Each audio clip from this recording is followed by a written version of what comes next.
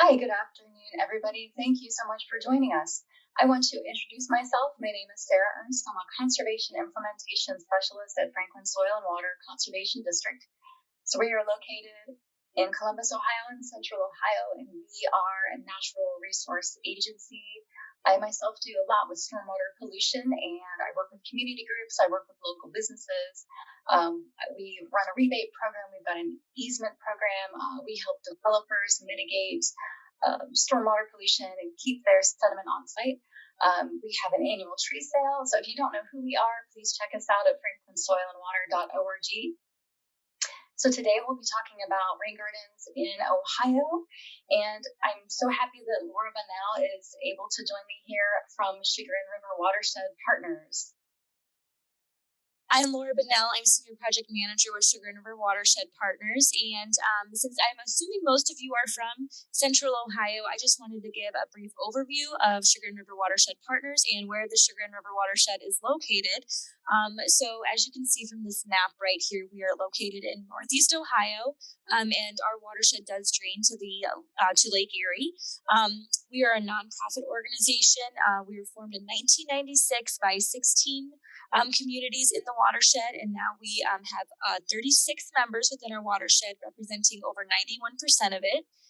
We, similar to what the Franklin Soil and Water does, we provide technical assistance. We do grant writing and project management, and provide those to our members and partners, all to protect our watershed and minimize flooding, erosion, and water quality issues. Some of the projects we work on include green infrastructure projects like rain gardens, stream and wetland restoration projects, reforestation, land protection, watershed planning. We provide direct assistance to our landowners within our watershed. And then, of course, we also do the Master Rain Gardener program, which you will hear a little bit more about today, and which is why I'm here with you today. So thank you for having me. I'm excited to talk about rain gardens as always, and I'll pass it back to Sara. Okay, so why do we consider rain gardens to be a stormwater management tool? So, most of you know, if you're from Ohio or in and around Ohio, we were originally covered, of course, with woods or wooded areas. And so what did that do when it rained? It allowed that rainwater to soak in and to be cleaned naturally within the layers of sediment. It was slowed down by the vegetation, and it was really used by the trees and by the forest cover and the different kinds of plants. So you contrast that to today, where we see a lot of the scenario on the right, and we've installed a lot of rooftops and driveways and roadways. This is what we do in a rapidly developing area like central Ohio. And this, unfortunately, creates a lot of detriments to water quality. The water hits that surfaces, and it runs off very quickly. So this is how we come to the term runoff. It's just a fancy term for stormwater, which is a fancy term for rainwater that isn't absorbed. So runoff is part of our water supply, and when it becomes polluted, we know that we have to pay a lot more to treat that water so that it becomes usable for us. So you might remember some of the water quality alerts in Toledo, Ohio, resulting in individuals having to buy their own drinking water. You might remember too some of the localized flooding and nitrate warnings here in central Ohio. And some of this is coming from agricultural pollution occurring elsewhere in our watershed, and it just runs off south and it ends up in our watershed, affecting our drinking water. And so this is why we at the residential level and at the municipal level are doing everything we can to really keep that stormwater on site to allow it to absorb and be cleaned locally as close to the source as we can. And again, just some photos of localized flooding that we receive here in central Ohio. It seems like we receive more and more of these every year because our rainfall events, as you may know, are getting heavier and harder every year. It seems like we get a lot of really big storms, and then people call and they say, how come my rain garden isn't working, or is a rain garden appropriate for this area? So in cases like these, oftentimes they obviously won't do the trick when the soil is very saturated, but little by little, again, we're hoping to make a difference at a residential level. So you can see this picture on the left of this nice forested wooded area, right? And there's some characteristics that you'll notice about that stream. So it looks pretty shallow. It's got a slow meander in it. You can see nice vegetation there that's able to grow up to the edge of that stream and really hold the stream bank, right? What you don't see around that stream are houses and buildings and roadways. If you contrast that to the photo on the right here, this is what happens when watersheds are receiving development somewhere upstream. And so the water, is shunted off very quickly into storm drains, and it cuts away at stream banks and it really erodes them. So you can see the vegetation and the trees hanging on there, and how that water has moved very quickly around the bend and just scoured. So oftentimes we hear from homeowners that are facing some property damage because they live by a stream and which is becoming severely eroded because of development upstream. So it's not only pollution that we're concerned about. You can go ahead, Laura, but it's also just the velocity and the heat of such intense stormwater. So what are some common pollutants that we find in stormwater? So obviously things like trash and litter, fertilizers and pesticides that aren't being used or that can't be used for the plants before storms. We see sediment, often known as dirt. This comes frequently from construction activities. So you wouldn't necessarily think of it as being very intuitive, but soil is actually a very big pollutant in our waterways. It belongs, on the ground, but not so much in our local waters, where it can really clog gills of fish and make things very irritating for aquatic life. Of course, we have hydrocarbons and materials that come off of our automobiles that end up in storm drains. Things like E. coli from dogs and deer, that's a big concern as well. And I included a picture of what I like to call combined frozen grossness. So here, imagine the stuff being pushed around in parking lots and just picking up all the dirt and the debris and the hydrocarbons. And, that melts slowly and it all makes its way into our storm drains, which, don't allow that water to be treated. Thank you, Sarah. I think that's a good overview of stormwater runoff, and that brings us to rain gardens and how rain gardens can really help mitigate the issues that Sarah was talking about with stormwater runoff. So I'm going to talk a little bit more about rain gardens, go over what is a rain garden, and basically give you a crash course on how to install a rain garden in your yard. So we have a 5-week program that we lead. So this is taking that 5-week program and condensing it into about, 15 minutes. So I'm sure you'll have questions, but I think it's still a good overview of rain gardens. So first, what is a rain garden? Well, a rain garden is a garden in a depressed area that is designed and located to receive stormwater runoff from these impervious surfaces that Sarah was talking about. That could include your roof, sidewalks, driveways, parking lots, things like that, even turf grass in your yard. Turf grass is rather impervious because its roots only go down as deep as the grass is high. So really, that's not a very pervious surface either. So this a rain garden is designed to capture all that stormwater runoff. And it has wet tolerant plants that allow that stormwater runoff to soak into the ground and basically be captured on site, as Sarah mentioned. So on the benefits of rain gardens, including collecting and infiltrating that stormwater runoff that we talked about, so it doesn't go right to those streams and cause that erosion and scouring and things like that. It can reduce local flooding. So if you have like ponding or puddling in your yard, rain gardens are a great way to either completely solve that or mitigate it significantly. In addition to collecting that water runoff, it also filters out the pollutants that Sarah mentioned. The plants in there and the plants in soil filter out those pollutants. Also, like an added benefit is it creates pollinator habitat for the birds and butterflies by providing food and places for them to live. And finally, they're just beautiful. So in addition to doing all these wonderful things, they beautify your landscape and provide beauty for you to look at. Okay, so now getting into building a rain garden. It's a lot of work, but it's so worth it. So first, what you'll want to do if you're considering building a rain garden is choosing the correct site. Rain gardens should be designed and located to receive stormwater runoff, like I mentioned. So there's several considerations you'll want to think about when choosing your site. first you're going to want to think about your water source. Are you just getting overland flow from the grass around your house, or are you going to actually be capturing it from a downspout, disconnecting a downspout and sending that water there? We all want to remember that water goes downhill. I know it sounds silly, but you have to say it. You can't put a rain garden uphill of your water source. You want to think about space. There's definitely considerations in terms of space for your rain garden.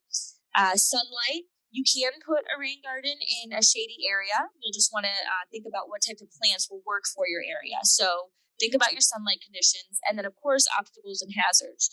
You don't want to do any extra harm by installing a rain garden. So these are very important to consider when choosing your site as well. So water source, as I mentioned, you can get it from roof downspout. It's great to disconnect your downspout if your community will allow that. And then that prevents the stormwater from going right to our storm sewers, which goes right to our streams, and in our case, Lake Erie, completely untreated. So if you can disconnect that and capture some of that water on site, that's great. You can also capture it from your driveway or sidewalk. This location that you see in this picture is a really great location because she can capture that water from her downspout and her roof. And also it looks like her driveway is tilted to her front yard as well. So that's capturing water from multiple sources. As I mentioned, water goes downhill. So this area on the bottom picture, you think, oh, I would love to put a rain garden there. But as you can tell, the site, the water's flowing downhill. So there's not going to get any water to that uphill site. So you definitely want to put your rain garden downhill of your water source. So that area probably wouldn't be the best location for a rain garden. Okay, now space. Space is very important. It's really important to keep your rain garden at least 10 feet away from your foundation. Like I said, we don't want to cause more problems. You don't want to draw water towards your house. So keeping it at least 10 feet away is a good idea. Or, well, that's our one rule of thumb that we really don't like to be flexible with that. Unless you're on a slab, then you can be a little flexible, but definitely we like to say 10 feet away from your foundation. So there's a lot of runoff coming from this top picture on the top right into that area. And so somebody wanted to put a rain garden there, but there's just not enough space. So really, that is not a good place to put your rain garden. So definitely thinking about space is very important. Also, just thinking about your sunlight conditions, whether you have full sun, part sun, or shade, these are all great locations for a rain garden. So you can do it. You just want to make sure you choose the plants that will work for your site. For instance, asters like full sun, while jewelweed prefers a more shaded area. So definitely choosing your plants to your sunlight conditions is important. And finally, obstacles and hazards.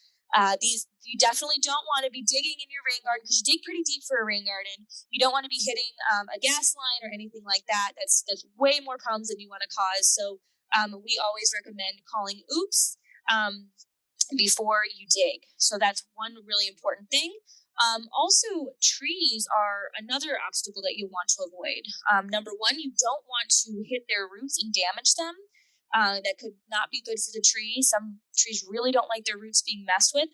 Also, it's just really difficult to dig around tree roots. So we try to stay out of the canopy or drip line of trees. So this wouldn't, top right picture, that wouldn't be a great location for a rain garden. So maybe consider doing something off to the side, outside of the drip line, where you would be less likely to hit those roots. So other things you want to think about are really, really steep slopes. That'd be very difficult to dig a rain garden. And then, as I mentioned, like septic fields and utilities, underground utilities. So definitely call oops before you dig every time. Okay, so moving on to sizing your rain garden. This skips into a little bit of math.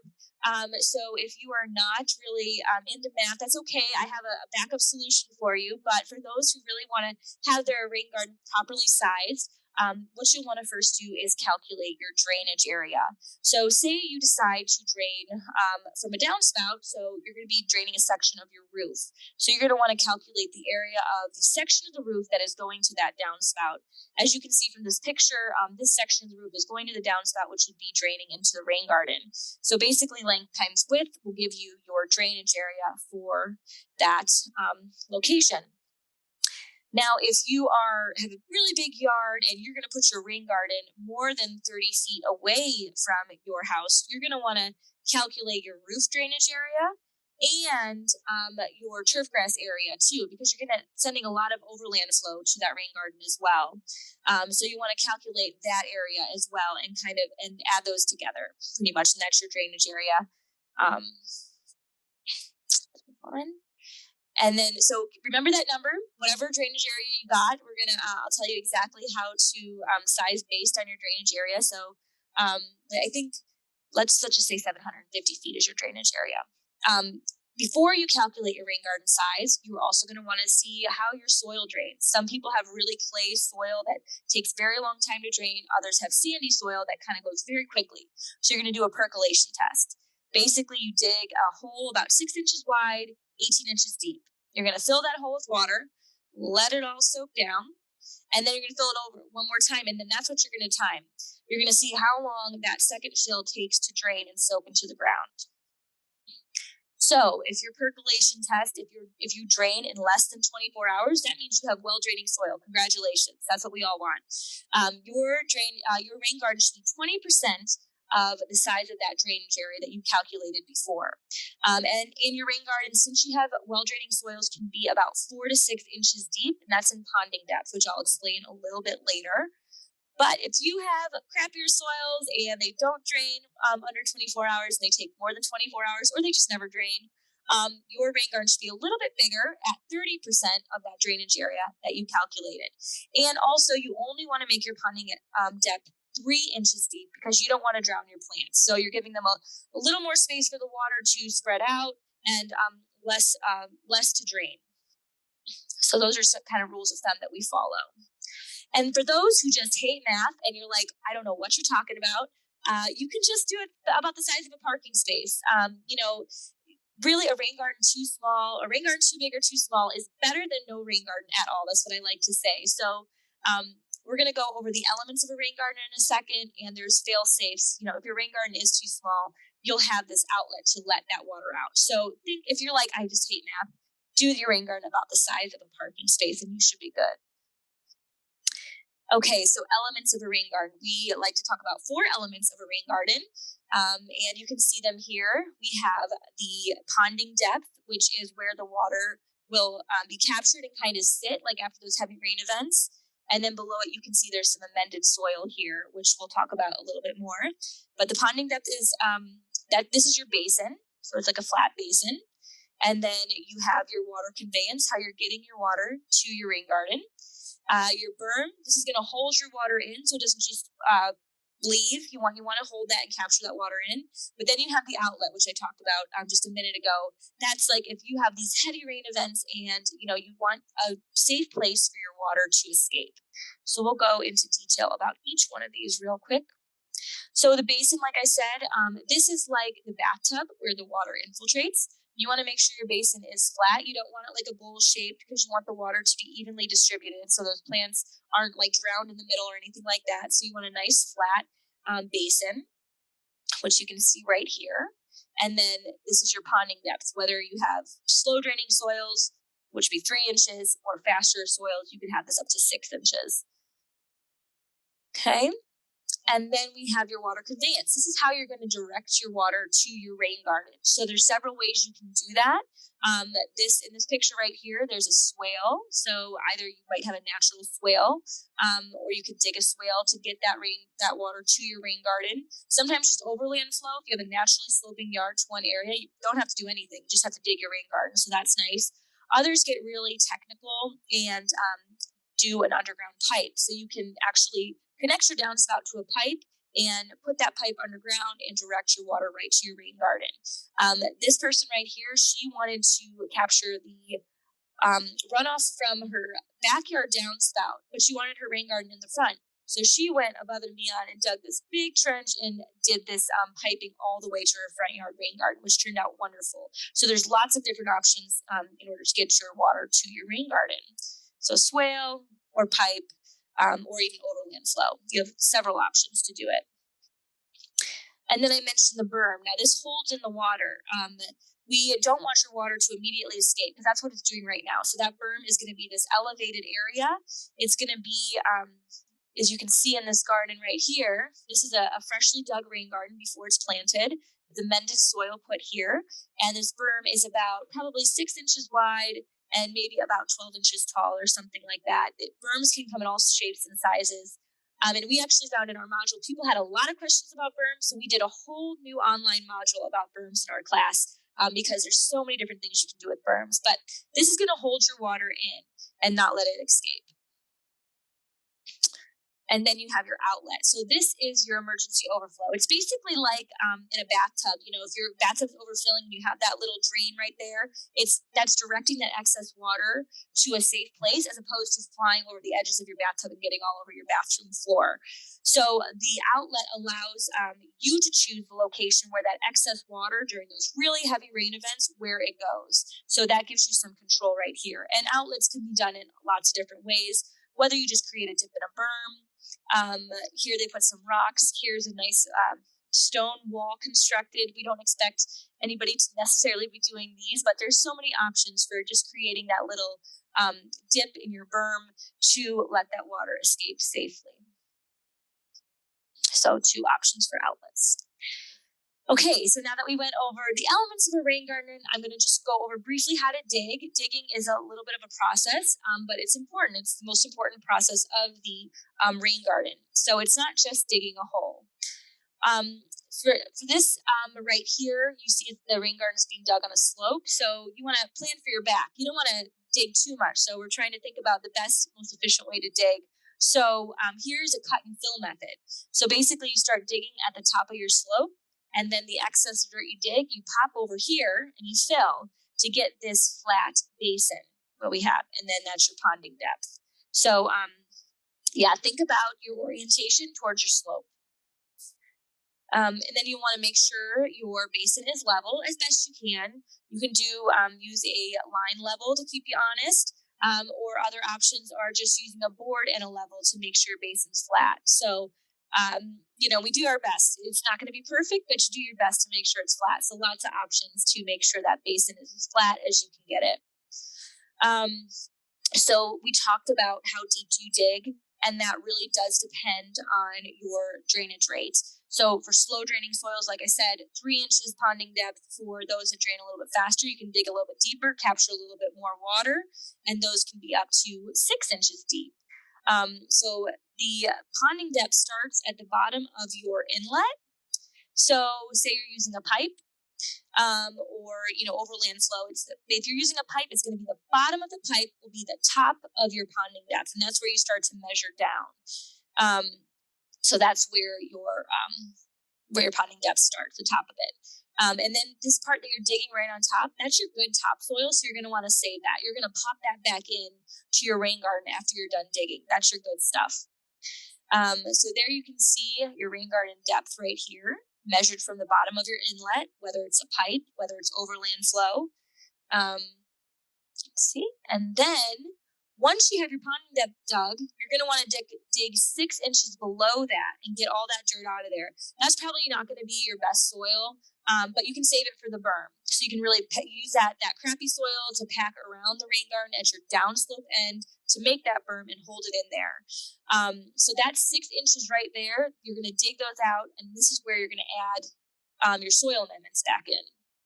So you can kind of see this is laid out pretty nicely. From here, from the bottom of your inlet or pipe, down here is that's your rain garden depth. That's going to be pretty much empty. That's your basin. And then this other 6 inches you dig out, you're going to fill it back up, and you're going to fill it with topsoil, maybe the topsoil you dug out at the top, and then about 2 inches of compost.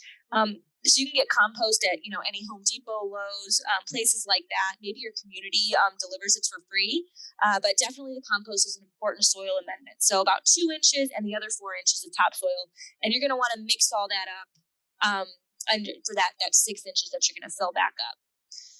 Then once you fill it back up with that soil amendments, the compost and the topsoil that you mixed up, you're going to want to tap it down a little bit, make it firm, and then you can do making sure that's level right there. So you can see we filled this spot back up, but you still have a little bit of ponding depth for that water to sit and be captured. And so then you apply your mulch. And for those with slow draining soils, you might not even notice there's a depression in your yard because you're going to add 2 to 3 inches of mulch. So if you have a 3-inch ponding depth, then you add your mulch, it's just going to be a little dip. So you won't even know. Those with 6 inches, you might be able to tell a little bit more. So then you add your mulch. We like to recommend double shredded hardwood mulch. This type of mulch does not seems to not float away. So that's what we recommend when adding mulch. 2 to 3 inches is important. It helps keep in that moisture and holds in the water. And then you plant. So you can plant before you mulch or mulch then plant. I'm finding that mulching and then planting is easier after installing lots of rain gardens. You don't have to watch out from crushing like little plugs and things like that. So there you go. How to build a rain garden in about 15 minutes? I'm not sure how long it talks, but now I'm gonna pass it off to Sarah, who's gonna talk about plants, because that's the fun part. That's the part people really love. So Sarah, hand it off to you. Thanks for leaving me with the good part, Laura, although that was really wonderful. Some of those graphics and illustrations, I think, really tell the story very accurately. So thank you. So planting is the fun part. Sometimes people opt to excavate their garden, disconnect their drain pipe, and make sure the water is spreading out levelly, evenly, and that it's draining in about a day or less. And then they can pick out plants and make sure, no plant is sitting wetter than anticipated, and make sure that they're happy with what they've chosen. So designing your rain garden, this is about the same for a lot of gardens that anybody would design. So if it's in your front yard, how is it going to look to your neighbors and passerby? Is it obvious that it is a rain garden? This is where signage can really help be that educational tool. Here in Central Ohio, if you install a rain garden and you work with me, I will give you a sign, and I'll even help you calculate how many gallons of water that's being treated by your rain garden. So that often helps, bring it into the realm of social acceptability, and it's a good communication tool as well. So form and texture of plants, do you have grasses and just grasses and sedges? Do you want something a little bit more stout and woody? Do you have something blooming every season for all those pollinators passing through? Are you opting for strictly native plants, or do you want cultivars as well? Because they tend to sometimes be shorter. They come in different colors. They're sometimes more aesthetically pleasing. Okay, so this is somebody's depiction of how they have designed their rain garden. So any obstacles in the way, any views that are visible, looking at the rain garden. So are you looking at it from the house? So where are passerby able to view your rain garden? It looks like this person, used graph paper. I really like to use graph paper as well, because I think one square inch of that graph paper for me is going to be a square foot. And so most perennials will have a footprint of about maybe 18 inches. I say 12 inches to maybe 18 inches. So that really helps me determine how many plants I need for a specific area. Okay, and again, another depiction here. So where are you going to put your berm, your outlet? About how many plants are you going to need? It looks like this individual has the plant groupings outlined in different colors. So you might want to color those in as to what color they bloom, maybe just taking notes of when they bloom. Again, making sure that grasses are contrasted with stout plants, and maybe a good mixture of plants, again, blooming in all seasons. So spring, summer, fall. So people oftentimes ask about native plants. Are prairie plants native plants, or how do I know what plants are native to my area? This depiction here shows actually a lot of our native prairie plants. And we did have prairies in portions of central Ohio. You can see way over there to the, I guess it would be the left. Oh, thank you. So that's turf grass, and that shows the really narrow roots of turf grass. Now contrast that to some of our native plants that grew in prairies, and check that out. We're talking 6 to 12 feet. So that is going to break up your clay soil and do a fantastic job at taking up that water and leaving behind pieces of roots that really add to organic material. And we know anecdotally these things tend to do better over time. So the longer your plants are established, The deeper their roots are going to get, the less standing water we tend to see. So prairie plants are a wonderful option if you have enough space. They're not for everybody. They tend to be large and in charge. So here's a few examples of the native rain garden plants that you can use. And you might recognize the first one, blue flag iris. So iris tend to be champions of rain gardens because they're so tolerant. They can grow in standing water and in dry conditions as well. So really, we want rain garden plants that are tolerant of both intermittently dry conditions and intermittently wet conditions. And that's why we throw the compost in there as well. So the ideal case is that we want a music environment most of the time for these plants. Not all rain gardens are going to get there immediately, but these are some plants that tend to do well. So sedges and rushes look kind of like grasses, but botanically they're different. So fox sedge here in the middle almost functions as a ground cover. It's something that you'll see in a music woods or maybe stream side. It is flowering right now. The flowers are pretty inconspicuous though, so you won't plant those as a showstopper. Great blue lobelia on the right there has these lovely yellow blooms that attract sphinx moths, and that blooms in the late fall. So it's I think a pretty show-stopping kind of plant that does well in a wet wooded condition. And we've got additional shade plants here, some of which, in my opinion, kind of function as ground covers, right? So wild ginger there is a really short plant, tends to grow, I don't know, maybe 5 to 8 inches or so, Laura, you think? It does bloom, but it's pretty inconspicuous. So if you peek under those leaves, you'll see some really pretty unique red or maroon colored flowers there. Again, these are plants that you find in shady, music wooded conditions. So if you're ever confused, go to the site where you want your yard to look like ideally and try to figure out what those plants are and see if you can replicate those conditions. That is how we came up with all these rain garden lists. So ostrich fern is another one, tends to appreciate I would say regular and consistent moisture, but like a lot of ferns do.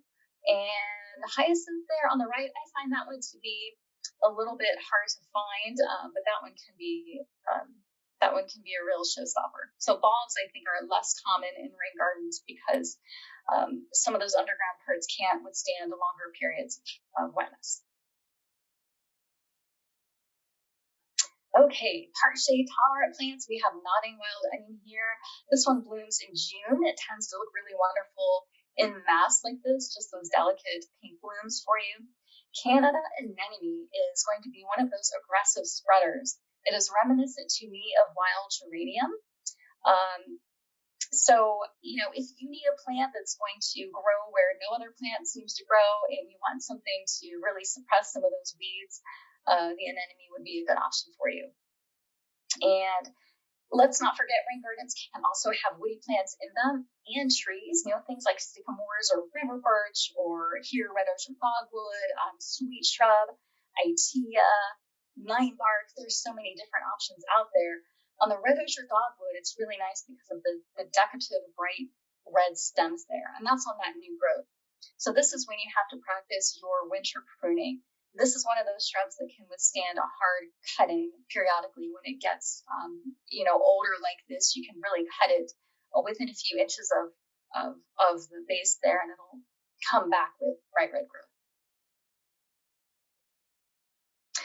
So most rain gardens are in fact in full sun. And this could be great if you are able to, ensure those plants get watered in correctly and adequately the first couple of years. And again, that compost is going to help ensure that, nobody is drying out to the point where you're going to see desiccation. So switchgrass is just an extremely tolerant prairie grass. It's tolerant of salt as well, so it's good for the roadside areas. Just an extremely tough plant. And I must see dozens of these cultivars at local nurseries. So we're talking about the foliage there can be in shades of blue and bronze and reds. It can be 8 feet tall, or it can be, 5 feet tall. We have swamp rose mallow there. That's a kind of hibiscus. It's similar to Rose of Sharon, if you know that plant. But that plant is kind of a bully, so plant this one instead. really wonderful perennial, withstands standing water occasionally.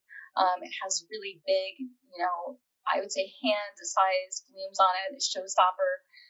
It'll, just when you think this plant is dead, I kill this plant, it'll come up a little bit later in May. I found, Laura. New England aster is again a wonderful plant for pollinators, especially late in the season with goldenrod. Those two contrast and look really nice together. So it's a magnet for pollinators. This one, in fact, I think all three of these come in many different cultivars. So these are plants that nursery growers have selected for a certain suite of characteristics that are more aesthetically pleasing. So New England aster, the straight species, as we call it, grows kind of tall and gangly, and it sometimes flops over. You might want to get a cultivar that's a little bit shorter for you, or have plants around it like a geranium or a anemone that can help prop it up and support it and hide that, kind of the gangly base there. Best times to plant your rain garden. Usually people do so in the spring and in the fall. Those are both excellent times. You can plant your rain garden at any time. If you plant in the summer, you're going to be dealing with soils that are probably going to be very hard and compacted. And you're just going to have to make sure that your plants are watered in and not suffering from the stress of not receiving regular water. How do you maintain your rain garden? It's pretty similar to other gardens. Water is, of course, a pretty important element. Make sure they get watered in at least the first couple of years, at least an inch of water a week. If you have native plants, be aware that some of them might spread or be more prolific than your other typical garden plants. So be aware if something like common milkweed, for example, is starting to go to seed and you don't want it eating your house and your children, take those seed pods off and, donate them to the Ohio Pollinator Habitat Initiative. Cluster your plants together. So if you buy a group of New England aster and a group of cardinal flower, plant them together in groups of 5 and 7s and 3s. Generally, the odd groupings are more aesthetically pleasing. You might want to label those plants as well so that you know where they belong and you can, easily maintain that garden. As Laura mentioned earlier, don't overmulch. So about 2 to 3 inches is appropriate for a rain garden. You might find when it rains a lot, you get a rush of water into your rain garden. You're going to have to make sure that you don't have roots that are covered by that mulch. So just, move that away from the base of your plants pretty gently. And what do you do about rain gardens in the winter? So believe it or not, even though your plants are dormant, they're still working hard. And some of them will continue to use that rainwater. So generally, for any native plant garden, we recommend leaving up the plant parts, the above ground parts, because insects will nest in there, and we know that's a really important habitat, as well as those leaves and organic matter in your garden. I think the conventional wisdom here now is to leave up your garden parts until the soil starts to warm, maybe to 50 to 60 degrees. I believe that's what I've been hearing. And that's when those bees and insects that are using that stem are going to emerge and be on their way. Okay, frequently asked questions here. So a rain garden is not a pond. It should not hold water for an extended period of time. If that happens, we are looking at plants sitting in a prolonged wet area that are not adapted to do so. These are not wetland plants, although some of them do skirt that gradient, but you really want to make sure the water is able to draw down pretty quickly. And if not, maybe it's not the right location for a rain garden, or you need to make your rain garden a little bit more shallow. We also don't want to see mosquitoes attracted to this area and laying eggs. And generally, they need several days to do that. So it really should not be a problem for you. So we shouldn't attract mosquitoes. It would be nice if they attracted the dragonflies, which then eat the mosquitoes. You don't need to fertilize your garden or apply pesticides. You must remember we're doing this for water quality benefits, right? These are native plants. They're tough. They're adapted. And generally, if you're already thinking about a rain garden, you're doing so for the right environmental reasons. So, trust the wisdom of the plants. They've been doing this a long time. and they will withstand and be okay with some insect damage. Thanks, Sarah. So that's really good plant information. And, in addition to the all plants Sarah mentioned, there are a ton more that you can choose from. So that really gets to the fun part. And designing your rain garden is the funnest part, I think. So, lots of options for you. So now I want to talk a little bit about the Master Rain Gardener program and how it was brought to Ohio. And I'm going to specifically focus on Northeast Ohio right now. And then Sarah will talk a little bit about Central Ohio. But basically, we brought this Master Rain Gardener program to Northeast Ohio in 2019 with the goal to equip residents and professional landscapers across Northeast Ohio with the knowledge and skills they need to install, design, and maintain residential rain gardens. So how we did that, basically this program was created by Susan Bryan. She is here on the left. She is from the Washtenaw County Resources in Michigan. And she created this program, and she did an absolutely fantastic job and really brought rain gardens, was able to give people the confidence to install their own rain gardens, which we've had a long time trouble doing. You could do a 1 hour rain garden workshop, kind of like we're doing now. And, people really don't have the confidence to actually install these rain gardens by themselves. There's so many questions still. There's so much that goes into it. So she created this 5-week program, and we were so impressed by it that we brought Susan to Northeast Ohio, and she did a train the trainer workshop for a lot of our organizations in Northeast Ohio to help us start launching the program here. So Chagrin River Watershed Partners, myself, and we worked with Lake County Soil and Water Conservation District and Cuyahoga County Soil and Water Conservation District, and we worked together to bring this program to our region. So this is just a great photo of us collaborating. I'm not in this photo. I don't know where I was, but anyway, I work with these people all the time. So it's been a great partnership for us. And we've already had partnerships between our organizations across the region.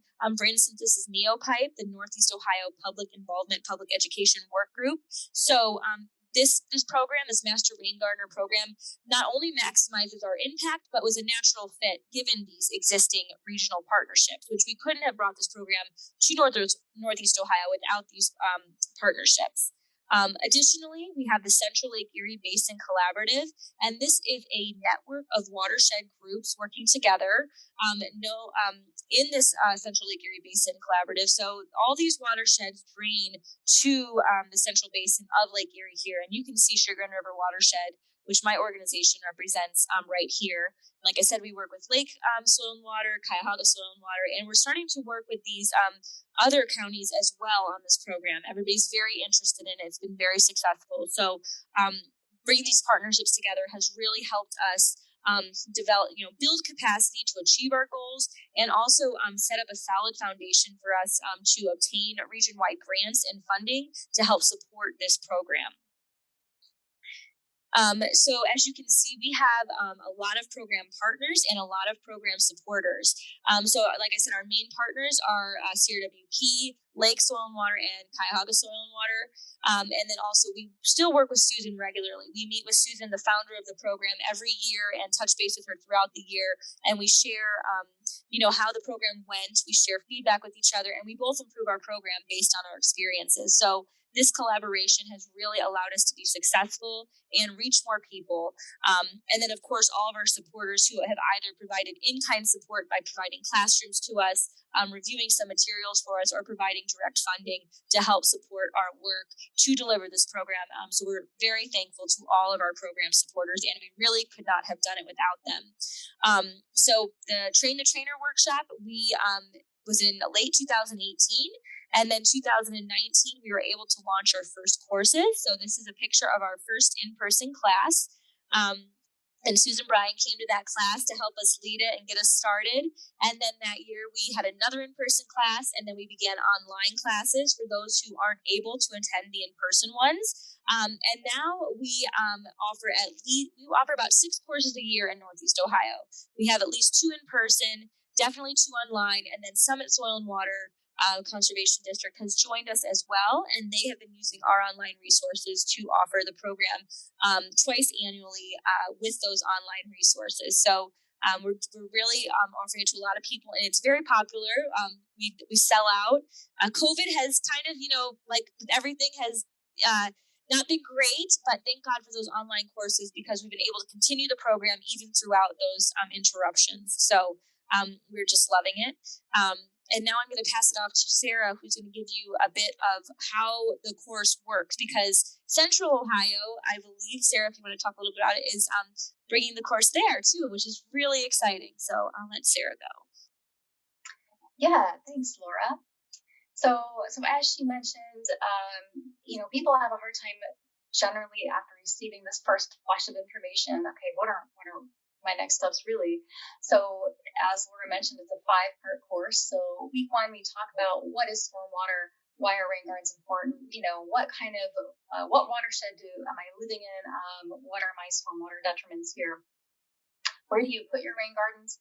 How big should it be? What are some kinds of tests and information that I need to gather beforehand?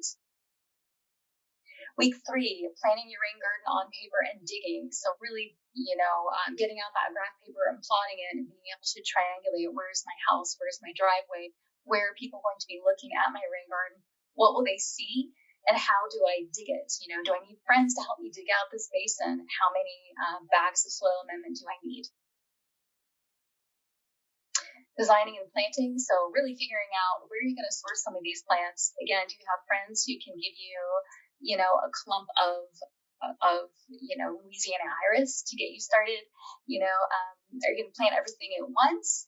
How many plants are you going to need? And then the final week is when the class gets together and they bring their designs to the class and they get feedback from their instructors. And then after that, each class has plants of the day. So similarly to what we've done here, covering just a few plants and some characteristics about the plants.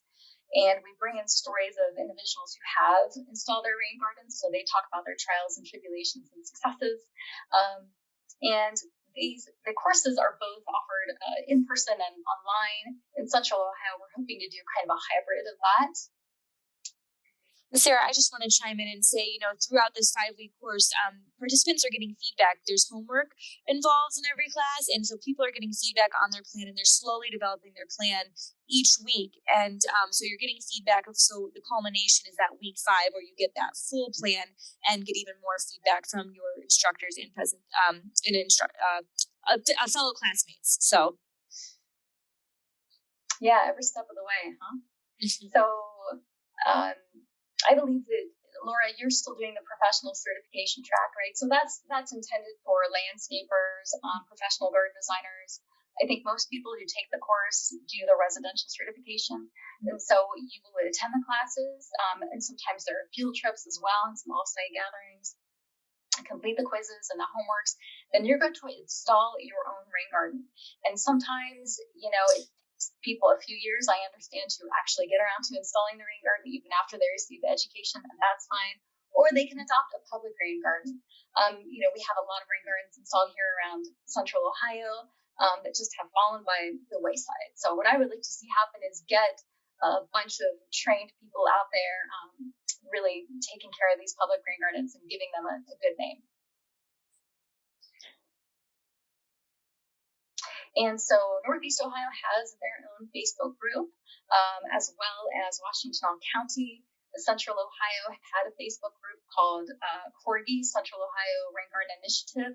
So that is going to be converted into our own Master Rain Gardener group as well. That is out there. It's been a little bit dormant, but we're going to re-energize that when we have our own program here. But that's a good place to just share your ideas and get some feedback. And there's a lot of people in our group, and they really love rain gardens, and the instructors can only do so much. So when people post their issues, like whether they have an issue later on, as we get more people to sign up, there's more people on this Facebook page, and the participation is just great, and the dialogue created, and it really is creating a community of master rain gardeners, and it's just been wonderful so far. Okay, so building a rain garden. let's see. Laura, can you cover this? Yeah, sure. Yeah. So basically, the next steps after you take the course, this is how it kind of goes. So first, you're going to do the design of your rain garden. This is winter, and this is like, oh, this is where my location is. This is like your homework number one. You're going to show where you want to put your rain garden. So this is Helen's process, right? So she found her location and everything. Then she made her plan and with a plant list. So then she does that and shares it with the class. And then she installs her rain garden, and she's so happy because it's so much work. And she gets a sign to put in her rain garden, as Sarah mentioned. So after you install your rain garden, you get a sign, and then we really want you to install that sign. And not only does it, it's a proud moment for you, but also, it shares it with other people too. Or like, what is this garden right here? And then it gets people interested and curious about rain gardens. So it's really spreading the word, and, reaching more people who would never even know what a rain garden is. And as part of the program, we also give T-shirts. So it's really another nice way to share, your participation, wear that shirt with pride and everything. Tell people about rain gardens. Hopefully people ask you questions, and you after taking this course, you will be the neighborhood expert in rain gardens. So by having this sign and T-shirt, you will want to share information about rain gardens. Really, people just become they love it. And so we've had just great feedback after this program. So we're really thankful to Susan for sharing it with us. And then here's some pictures of some recent master rain gardeners in Northeast Ohio. This is Ray. He extended a rain garden in his yard, and we ask definitely put the sign in. But if you decide to start letting your rain garden go a little bit and it starts to get out of control, just remove the sign until you start to maintain it again. We don't want to give a bad name for rain gardens, so just keep in mind we want these rain gardens to stay looking nice. So here's some different people there, and you can see they're all so happy because they just work so hard on these rain gardens. Meg Shea's rain garden, this is her first year, and now it's just super lush. It's just in its probably fourth year this year. And so I can't wait to see it. And it just has bloomed beautifully and is gorgeous in the summer. So, and you can see Al Barnes' rain garden right here. It's actually capturing some water. His rain garden's functioning beautifully and is also very gorgeous now that it's filled in. So yes, these are just some pictures from Northeast Ohio. And then Sarah, I don't know, as she mentioned, you can adopt a rain garden. Some people can't install because maybe you live in a condo, or maybe, it's just too hard for you. And that's totally fine. We really do need help.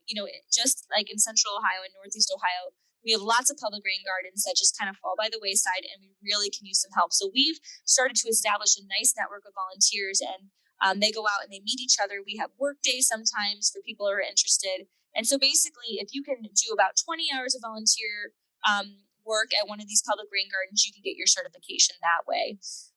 So there's lots of options. We like to work with people, and the volunteer program is a great aspect of this Master Rain Gardener program.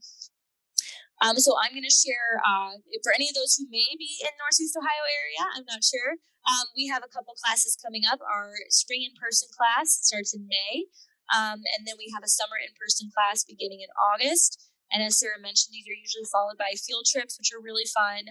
We really like the in-person class. It's a great chance to engage. So excited we can start offering these again now that things are getting somewhat back to normal. I don't want to jinx anything. And then we also have a fall online course for those who are unable to make those weekly courses too. I'll pass it up to Sarah. Okay. So Franklin Soil and Water is hoping to launch its own Master Rain Gardener program, hopefully by the end of this year. We're a little bit delayed. We've also been working with Susan and observing everything that they're doing in Northeast Ohio. So taking those lessons with us. You can go to our website and sign up to receive updates about it and view a flyer that's there as well. And I want to talk just briefly about our other rain garden programming here in Central Ohio. You can go ahead, Lauren. Okay. So we offer postures in several parts of Ohio, as well as just townships within Franklin County. And so you can get up to $250 for installing a rain garden. I'm probably going to get some of this wrong, but so I'm going to say Obetz, Westerville, Reynoldsburg, New Albany, Hannah. Maybe I did get them all, and those townships as well.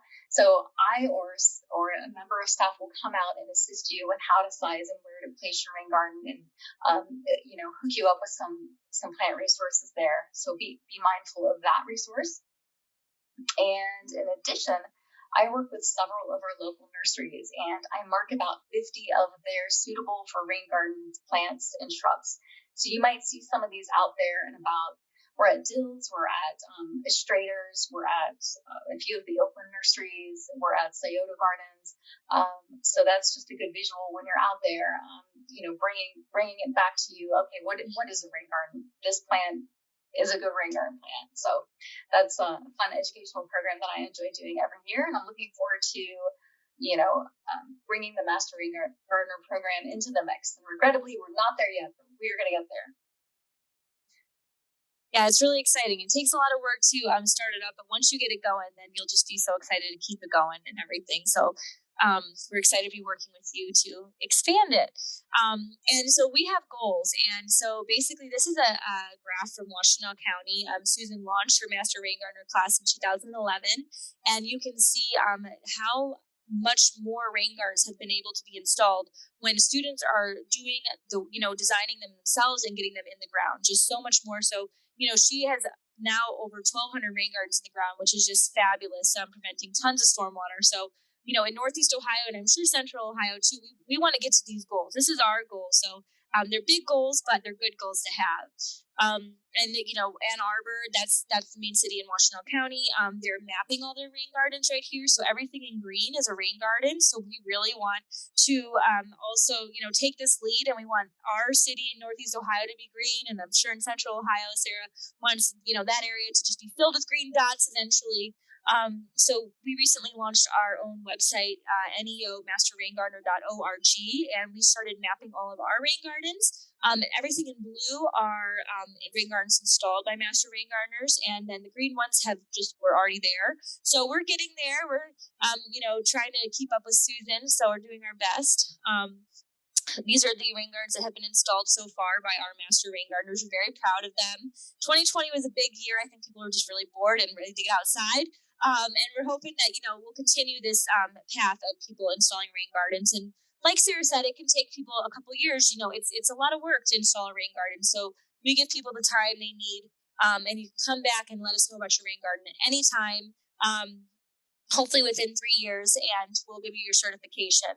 So we're making progress here. We're very excited.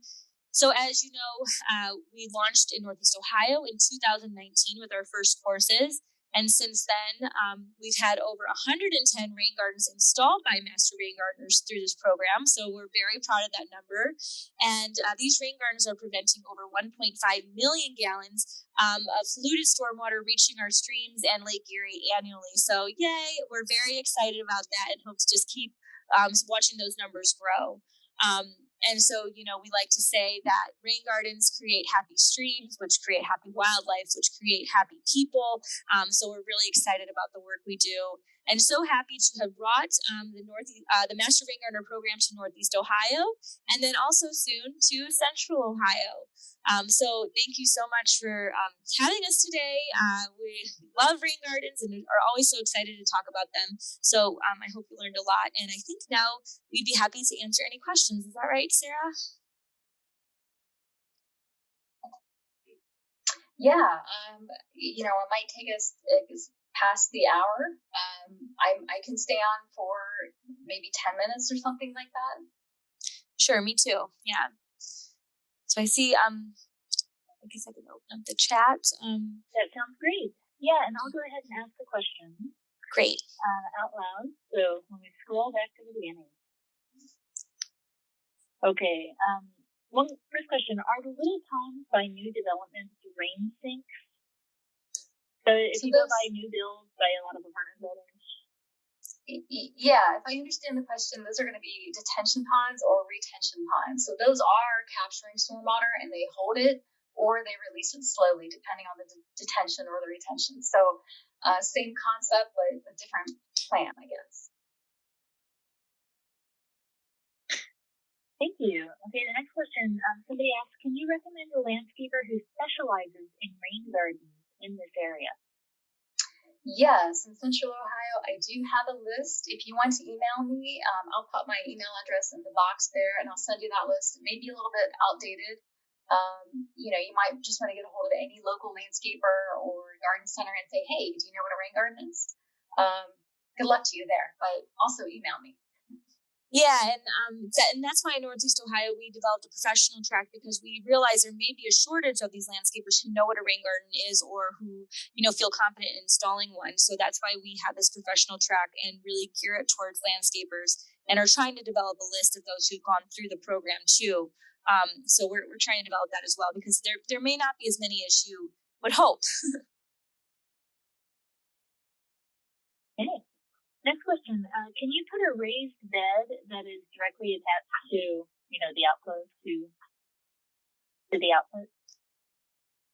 Yes. So if you're thinking of directing, the outlet of your rain garden, the excess water, to a raised bed, that's a great place to direct it. You just want to avoid directing it right to like a sidewalk or somewhere, like a grassy area that maybe your kids play. You could, definitely. But yeah, I think that's a great idea. Okay. Next question. How do you go about putting one between the sidewalk and the street and using the runoff from the street? And she says, Dale says, do we have to contact someone with the city of Columbus to do so? And if so, who? So those are typically very tricky areas because they are easement areas, so they may not be owned by you, they're owned by the city. And I also understand there where a lot of utilities are located. So that would not be the preferential place to put a rain garden. And it's also receiving just a lot of salt and maybe unfavorable traffic there. I don't know who you contact in the city of Columbus. It could be somebody with zoning. If you want to email me, Dave, I might have access to that information. But I would say those are difficult areas, and you do need special permissions and guidance to do that sort of thing. Yeah, we've had a couple people do it on those strips of lawn, and we do recommend contacting the community first to, obviously contacting OOPS to make sure there's no utilities, or doing it around the utilities, and then also keeping your plants to a maximum of 18 inches high if you are able to install it there, because you want to also think about visibility for drivers and things like that, and salt tolerance too. So lots of considerations. I think those rain gardens can do a lot of good if you're able to get past all those obstacles. But yeah. Yes. And so Dale and everybody, Blueprint Ohio is doing this very same thing, all around the city. So, drive around Clintonville, Ohio, and you'll see these basins. We have a pilot project in Westerville across from Innswood Metro Park, so you can see some of those basins there. So it can definitely be done. It just takes a lot of coordination. Thank you. So you answered this a little bit, but Kathy asked, I'm trying to plant native plants. Are the plants for rain gardens native? So typically that is our recommendation for obvious wildlife quality. Obviously for that benefit, we recommend native plants. You don't strictly have to use native plants because, again, we're trying to get to water quality at the end of the day. But, why not take it that extra step and choose native plants?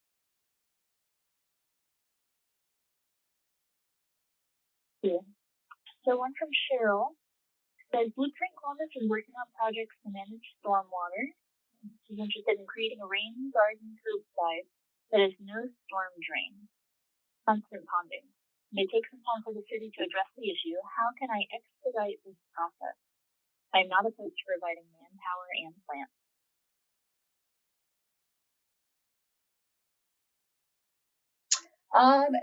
This seems similar to the previous questions about those difficult right-of-way questions.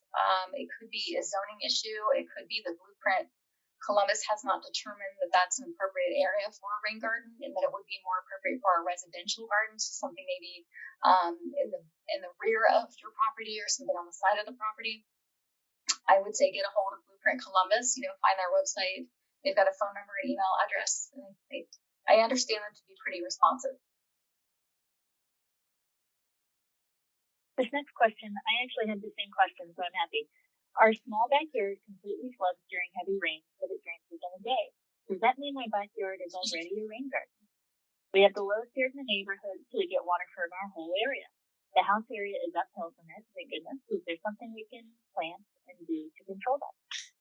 Yeah, I'll chime in and say, I mean, I don't think your yard is already a rain garden. You could probably do more. I mean, if you're just thinking of turf grass right now, you could probably do more. And if you can put a rain garden sort of like at the most uphill area of your property, since you're capturing rain, stormwater runoff from lots of other areas, you could probably capture that rain garden and have it even soak in even more before it gets to the rest of your backyard.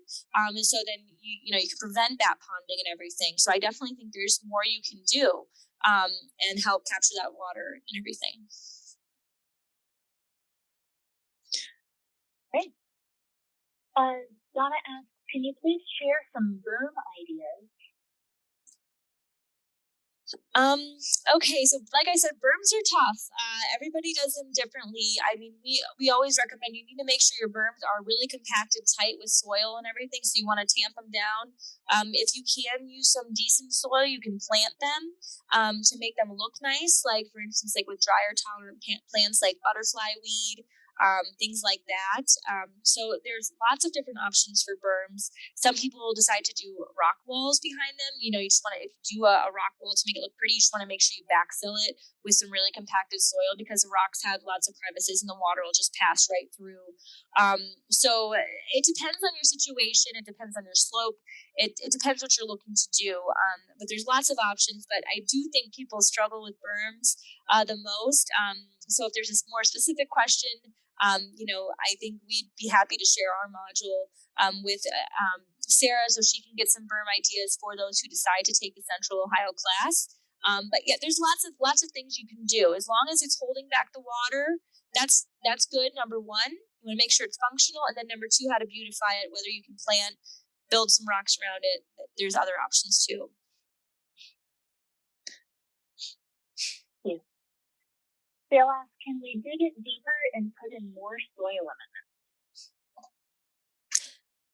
I think generally the rule of thumb is no deeper than 8 inches.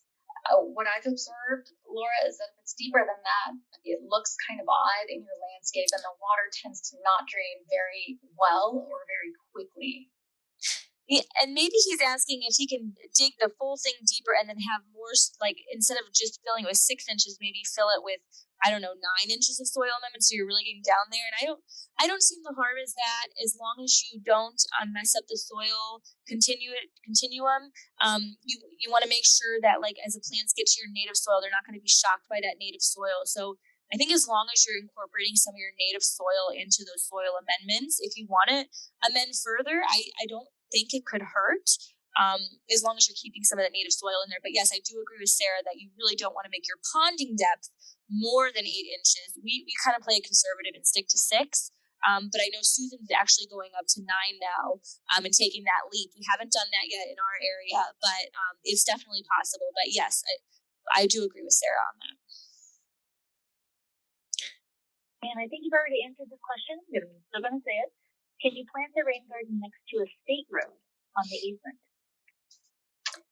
It almost sounds like you could be looking at a swale. So a swale is just a long, kind of narrow conveyance that you see oftentimes alongside roads. Yeah, that's an easement, so it doesn't belong to you. You can plant in there as long as you're not damming that water up.